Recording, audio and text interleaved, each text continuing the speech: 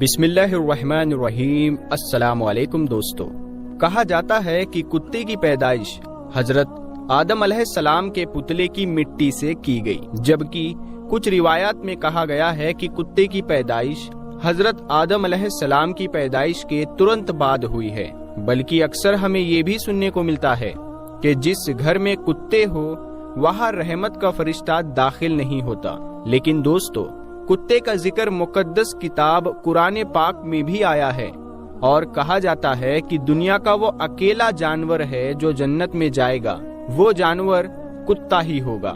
تو دوستو، اسلام میں گھر کے سامنے یا گھر کے اندر کتا پالنا تو حرام ہے، لیکن قرآن کریم میں یہ بھی لکھا گیا ہے کہ کتا ہی وہ ایک واحد جانور ہے جو جنت میں جائے گا۔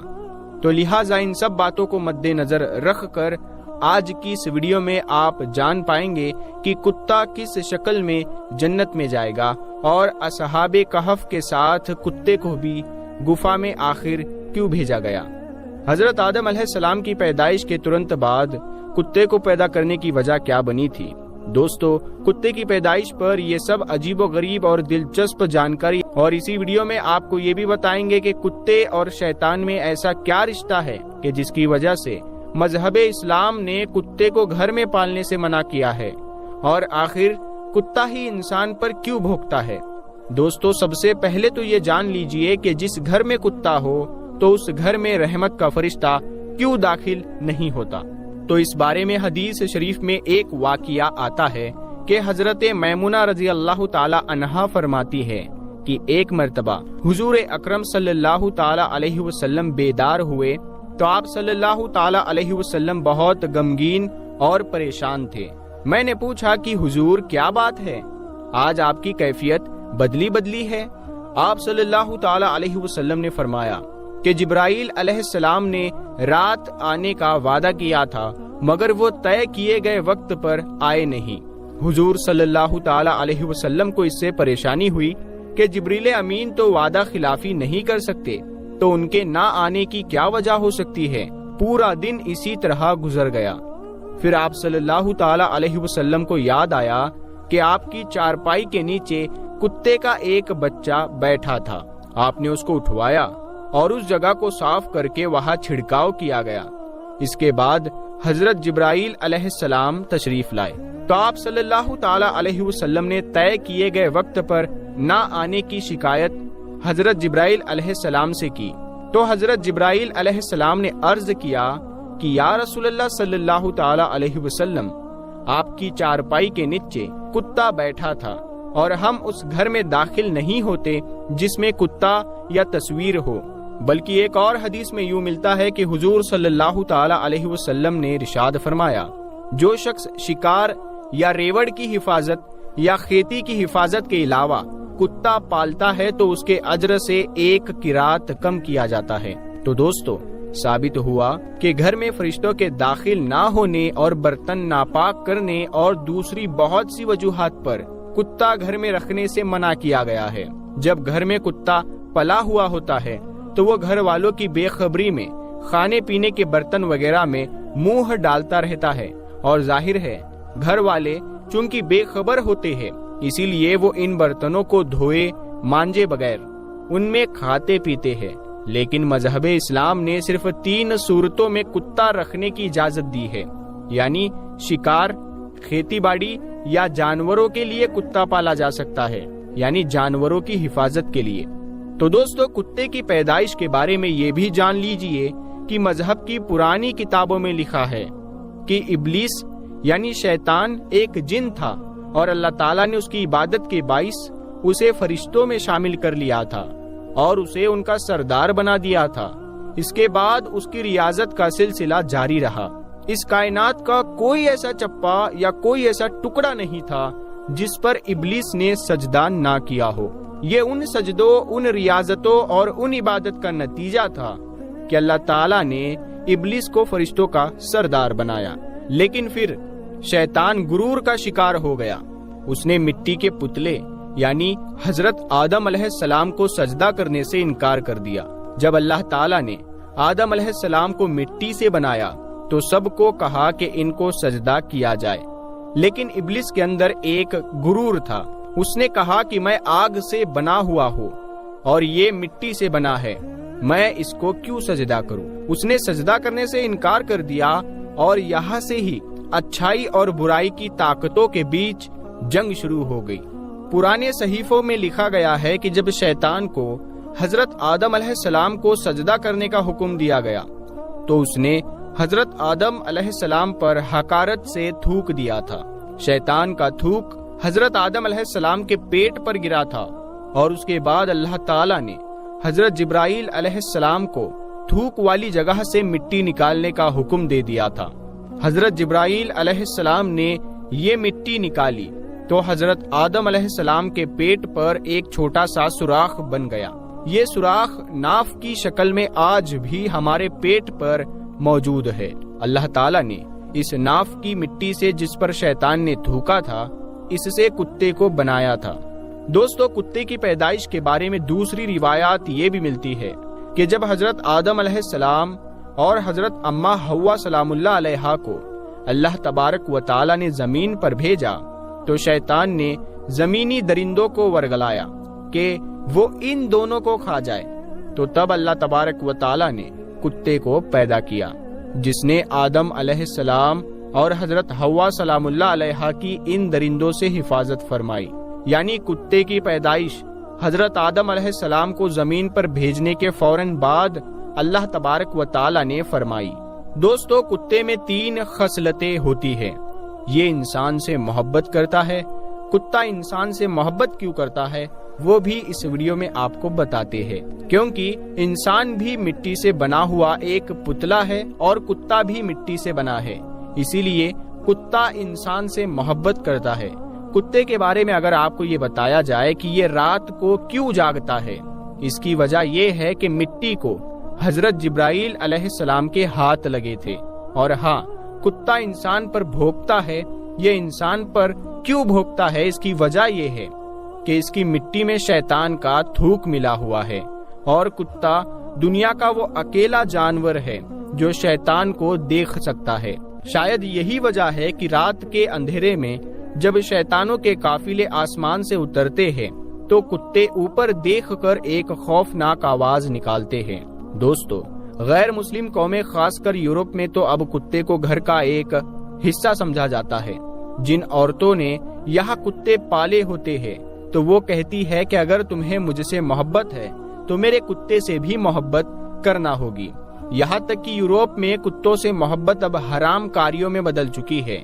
بس یہ بات یاد رکھیے، کتا چاہے کتنا ہی وفادار کیوں نہ ہو، اگر آپ نے کھیتی کی حفاظت، شکار یا اپنے جانوروں کے ریوڑ کی حفاظت کے لیے نہیں پالا تو پھر روزانہ آپ کے اجر سے 1 قرات کم کیا جائے گا.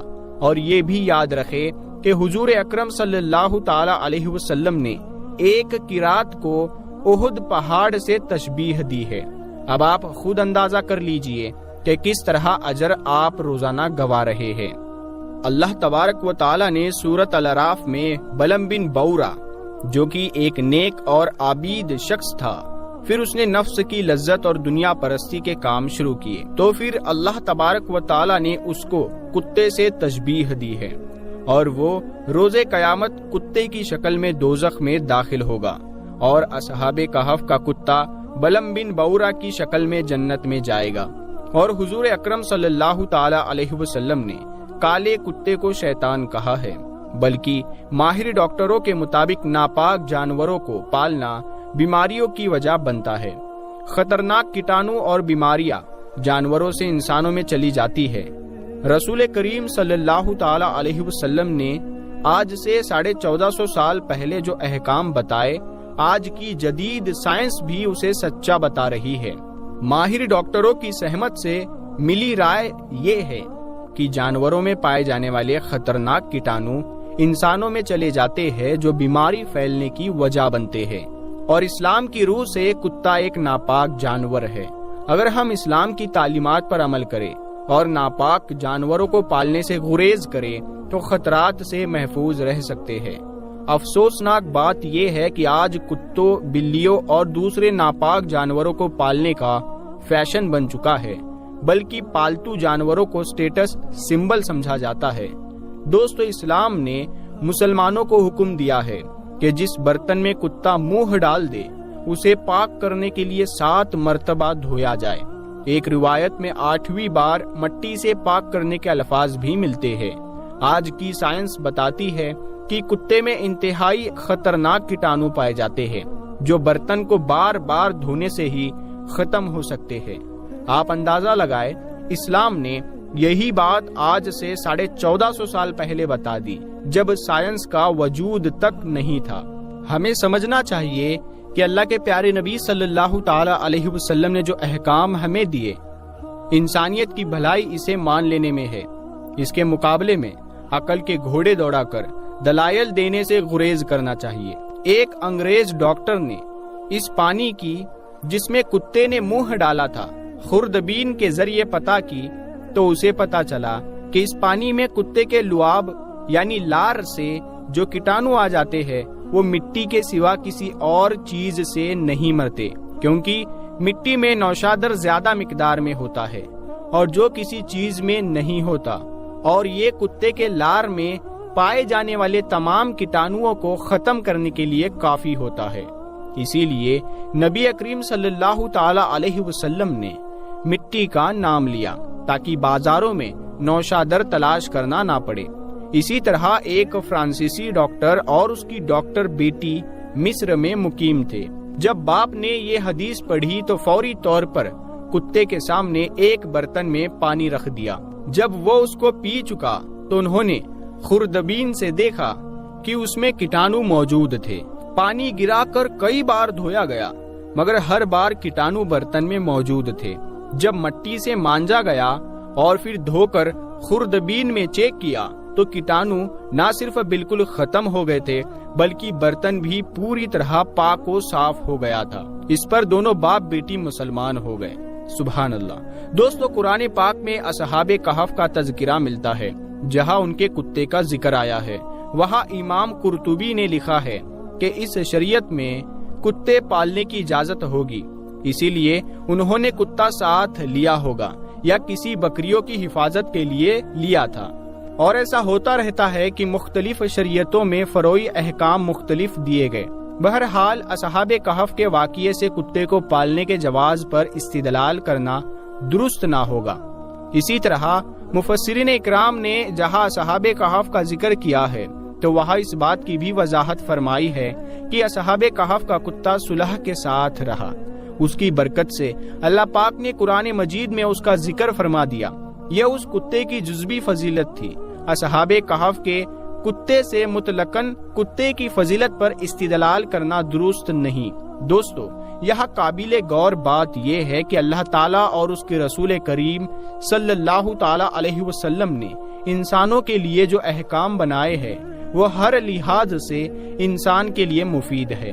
ایک مسلمان کے لیے یہ بات کافی ہونی چاہیے کہ اللہ تعالیٰ نے اس کام سے رکنے کا حکم دیا ہے، کیونکہ ایک مومن کی شان یہ ہے کہ اللہ تعالیٰ کے نبی صلی اللہ تعالی علیہ وسلم نے جس کام کے کرنے کا حکم دیا ہے وہ کرے اور جس کام سے منع کیا ہے اس سے رک جائے۔ اس کا نام اطاعت ہے، اور اگر وہ نہ مانے تو یہ نافرمانی کہلاتا ہے۔ اگر ہم عقل اور محض شوق کی بنیاد پر وہ کام کرنا شروع کر دیں گے جس سے منع کیا گیا ہے تو اس کا نتیجہ سوائے نقصان کے کچھ نہیں ہوگا۔